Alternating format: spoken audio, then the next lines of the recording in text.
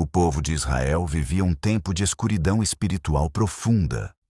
O rei Acabe havia permitido que a idolatria dominasse a nação, e o nome de Deus já não era mais temido como antes. Altares foram erguidos para falsos deuses, e o silêncio espiritual se espalhou como uma sombra pesada sobre a terra. Nesse cenário, surge Elias, um homem simples, mas carregando uma autoridade invisível. Ele não aparece com exércitos, nem com riquezas, mas com uma palavra direta e firme. Elias anuncia uma seca devastadora, não como castigo pessoal, mas como um sinal claro de que o Deus vivo ainda governa. A chuva cessou, os campos secaram, e o povo começou a sentir no corpo aquilo que já havia abandonado no coração. O silêncio do céu não era ausência, era aviso. Deus estava chamando Israel de volta, e Elias seria a voz que rasgaria aquela escuridão espiritual. Enquanto a seca consumia a terra, Elias foi levado ao esconderijo, longe dos olhos do rei e do povo. Ali, no isolamento, Deus o sustentou de forma sobrenatural. Corvos traziam alimento diariamente, mostrando que quando o homem obedece, o impossível se torna rotina. A seca não afetava apenas a terra, mas revelava quem realmente confiava em Deus. Elias aprende que antes de confrontar multidões, é preciso fortalecer a fé no silêncio. Quando o ribeiro seca, Deus não abandona, apenas muda o caminho. Elias é enviado à casa de uma viúva, alguém que também vivia no limite da sobrevivência. O pouco que ela tinha se torna suficiente. A farinha não acaba, o azeite não seca. O tempo passa e Deus ordena que Elias se apresente novamente diante do rei Acabe. O confronto não é político, é espiritual. Elias declara que o verdadeiro problema de Israel não é a seca, mas a idolatria.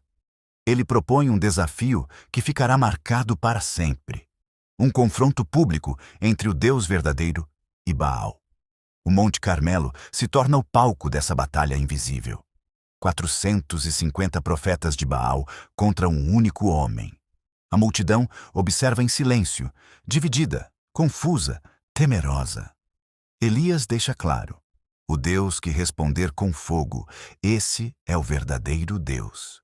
A tensão cresce, o céu permanece fechado e o destino espiritual de uma nação inteira está prestes a ser decidido diante de todos. Os profetas de Baal começam seus rituais desde a manhã. Gritam, dançam, se cortam, imploram. O sol passa pelo céu e nada acontece.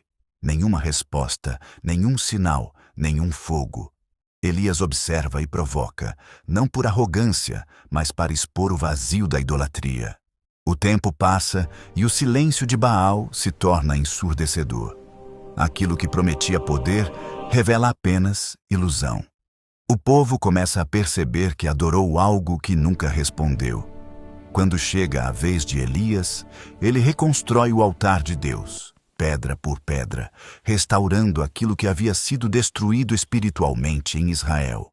Não há pressa, não há desespero, apenas fé, ordem e obediência. Elias ordena que joguem água sobre o altar, não uma vez, mas várias.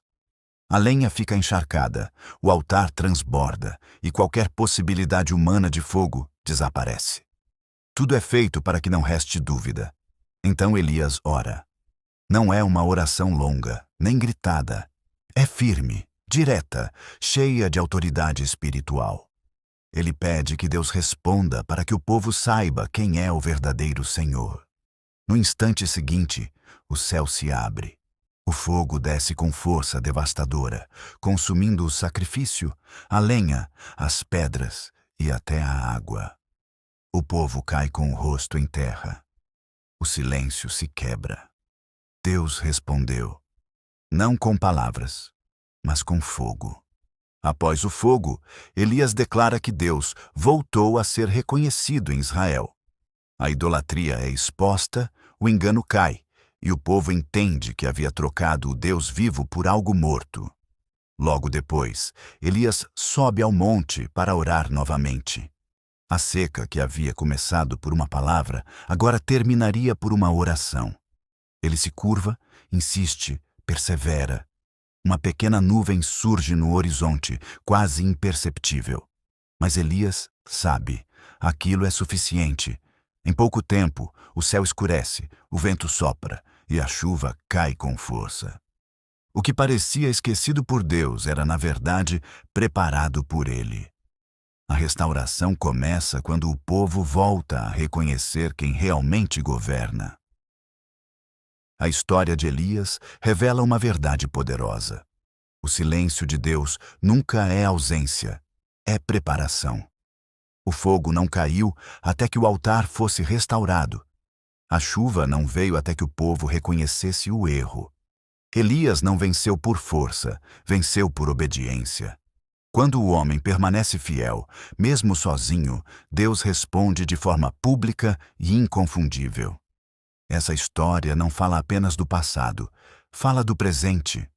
Altares continuam sendo derrubados, falsos deuses continuam sendo adorados e o céu continua esperando uma fé verdadeira para responder.